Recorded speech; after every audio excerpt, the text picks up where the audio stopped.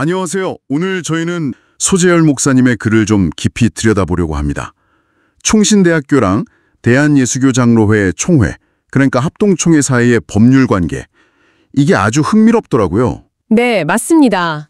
겉으로 보면 당연히 총회가 운영하는 신학교 같은데 법적으로는 왜 직접 운영을 못하는 건지, 또 최근에 운영이사회를 다시 만들려는 움직임이 있다는데 이게 뭘 의미하는 건지 그 핵심을 오늘 좀 파헤쳐보죠. 네, 이게 단순히 교회 안의 문제가 아니고요. 사립학교법이라는 국가 법률하고 또 교단이라는 종교단체의 관계가 얽혀 있어서 생각보다 좀 깊은 문제입니다. 오늘 이 법률 구조, 또 그동안 있었던 갈등들, 그리고 지금 상황의 본질이 뭔지 제가 명확하게 짚어드리겠습니다. 좋습니다. 자, 그럼 제일 기본적인 것부터 좀 짚어봐야 할 것 같은데요. 총신대학교는 학교법인이고 총회는 법인 아닌 사단이다. 이게 왜 그렇게 중요한 차이인가요? 그게 핵심입니다. 법적인 실체가 완전히 달라요. 학교법인, 그러니까 총신대는 민법하고 사립학교법에 따라서 만들어진 독립된 법인격을 갖습니다. 그래서 이사회가 최종 의사결정기구고 운영 주체인 거죠. 재산 소유, 관리, 운영의 법적 책임, 이게 다 이사회에 있어요. 이사회가 법적 주체군요. 그렇죠. 반면에 총회는 법인격이 없는 단체, 즉 법인 아닌 사단이에요. 그래서 자체적으로 학교법인 운영에 직접적인 법적 권한을 행사하기가 어렵습니다. 학교 정관에 총회의 권한이 명확하게 써있지 않는 한 총회 결정이 그냥 자동으로 학교의 법적 구속력을 갖지는 못하는 거죠. 아하, 그렇군요. 그러니까 교단 소속 학교지만 법적으로는 독립된 존재다. 이게 바로 그 오랫동안 있었다는 총신 사태, 2008년부터 시작됐다고 하셨죠? 그 핵심 원인이었겠네요. 네, 정확합니다. 이 아주 결정적이었습니다.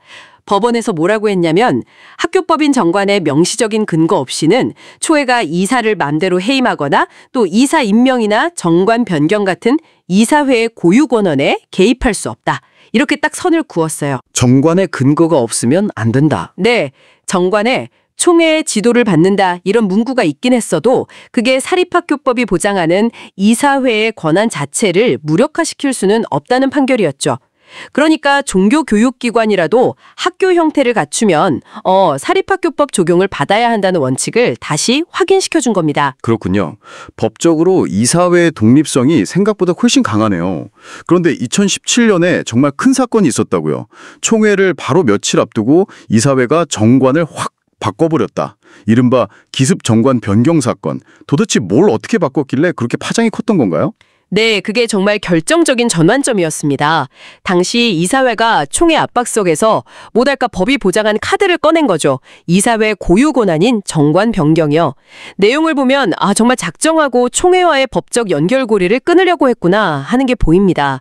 예를 들면요. 정관 제1조 설립 목적에 있던 총회의 지도하에 라는 부분을 총회의 성경과 개혁신학에 입각한 교의적 지도하에 이렇게 좀 애매하게 바꾸고요.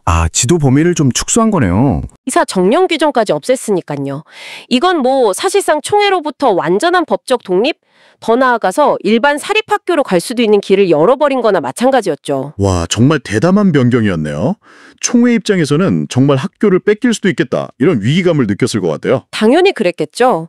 그래서 그런지 과거에 총회가 학교의 영향력을 행사하던 운영이사회라는 기구를 다시 만들었다고요. 근데 이게 법적으로 좀 의미가 있는 조치인가요? 과거에 운영이사회가 있었던 건 맞습니다. 하지만 이게 법적 근거가 없다는 게 소송 과정에서 드러났고 결국 2019년 총회에서 공식적으로 폐지됐었어요. 사립학교법은 물론이고 그 당시 학교 정관 어디에도 운영이사회의 설치 근거나 권한 규정이 없었거든요. 법적 근거가 없어서 폐지됐던 거군요. 네. 그런데 작년 2024년 총회에서 일부 요구가 있어서 이걸 다시 복원하기로 결정하고 최근에 조직까지 마쳤다고 합니다. 하지만 핵심은 여전해요. 현재 학교법인 정관에는 운영이사회 관련 내용이 전혀 없습니다. 그렇기 때문에 이 기구는 법적으로 학교 운영에 아무런 구속력을 가지지 못합니다. 사실상 법적 실효성이 없는 조치인 셈이죠. 실효성이 없다. 네. 그래서 자칫하면 과거의 갈등만 다시 반복될 수 있다는 우려가 나오는 겁니다. 그럼 총회는 어떻게 해야 하는 걸까요? 법적으로는 이사회를 직접 통제할 수도 없고 운영이사회의 복원도 실효성이 없다면요. 글쎄요. 글쓴이는 총회가 이 냉정한 법적 현실을 좀 받아들여야 한다 이렇게 지적합니다. 운영이사회 같은 방법보다는 학교법인 이사회를 압박하기보다는 설득하고 협력하는 방식으로 가야 한다는 거죠. 상호 견제와 균형을 이룰 수 있도록 정관을 개정하는 방향으로요. 대화와 타협으로 정관을 개정하는 방향이군요. 네, 다행히 현재 이사들 중 일부는 합리적인 정관 개정에 긍정적이라고 하니까 뭐 대화의 가능성은 열려 있는 것 같습니다.